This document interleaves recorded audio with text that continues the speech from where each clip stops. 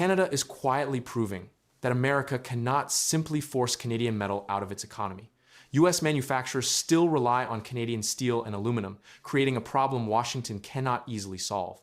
Canada now has a powerful advantage in the trade fight, while American factories could face rising costs, tighter supplies, and growing pressure. America has been using heavy aluminum tariffs to push production back into the United States. The logic is straightforward. Make imported aluminum expensive enough, and companies will build domestic smelters to replace it. But there is a catch built into that strategy. Those same tariffs make aluminum more expensive for the American companies that need the metal right now. Every tariff that discourages imports also raises the cost of the aluminum American manufacturers must buy today, before any new domestic supply exists. That tension sits at the heart of the entire aluminum debate. The most important new development is the U.S. Canada negotiations, and they could reshape the economics quickly. Reuters reported that top Canadian and American trade negotiators met again as a deal deadline neared, with both sides reportedly close to an agreement. That deal could reduce the U.S. tariff on Canadian steel and aluminum from 50% down to 25%. Cutting the rate in half would be a dramatic shift. It would signal that Washington has recognized the 50% tariff was inflicting more damage on American buyers than it was gaining in domestic production, and that reliable Canadian supply at a lower rate may be preferable to an expensive wall that American manufacturers cannot afford.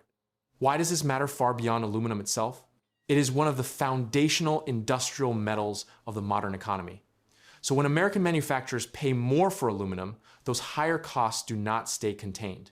A tariff on raw aluminum becomes a hidden tax on nearly everything made with the metal, reaching consumers who never see the connection between trade policy and the price they pay at the register.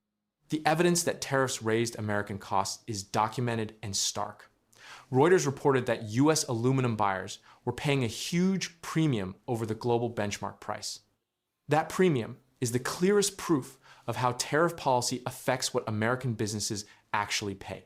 American manufacturers were not paying the world price for aluminum. They were paying far more because the tariffs and supply tightness drove the U.S. premium to record levels. The metal costs more inside the United States than almost anywhere else on Earth, and American companies absorbed that gap directly into their production costs. Now consider the America's price argument from both sides, because it is a genuine debate. The administration's position rests on national security and industrial revival.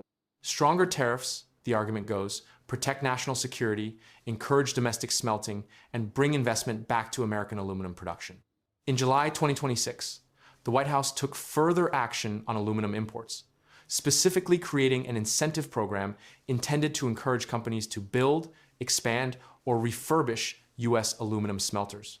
The goal is to rebuild the domestic aluminum industry that atrophied over decades, using tariffs to make imports expensive and incentives to make domestic production attractive.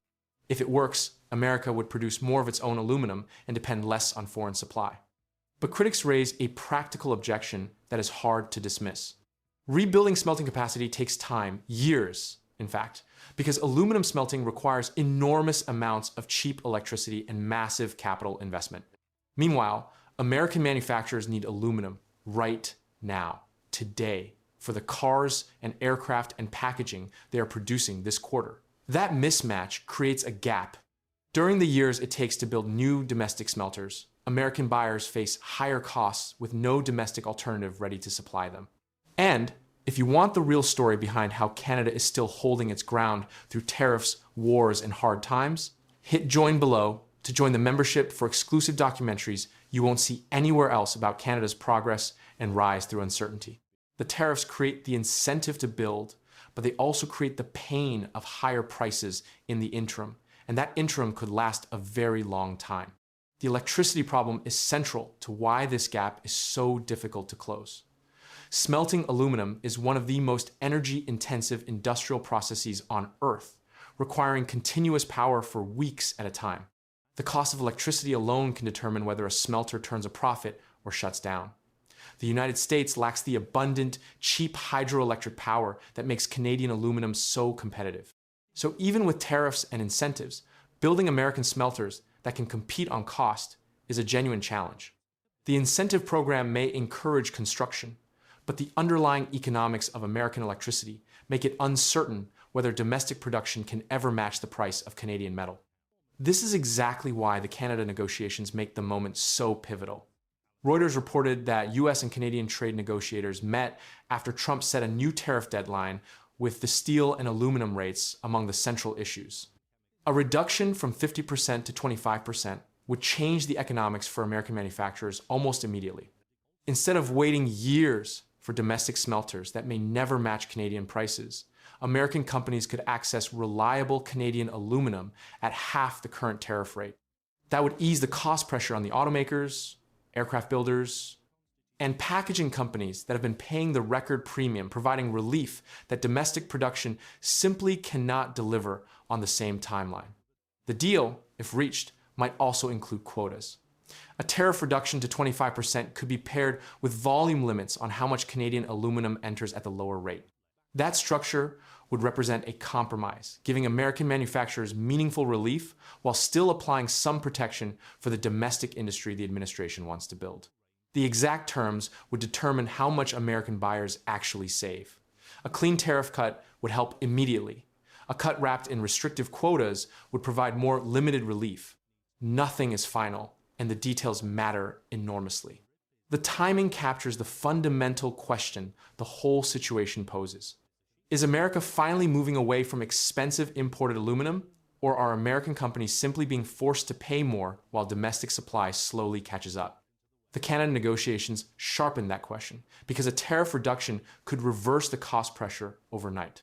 If the tariff drops to 25% and Canadian aluminum flows more freely, American manufacturers get cheaper metal not through domestic production, but through reliable imports at a lower rate.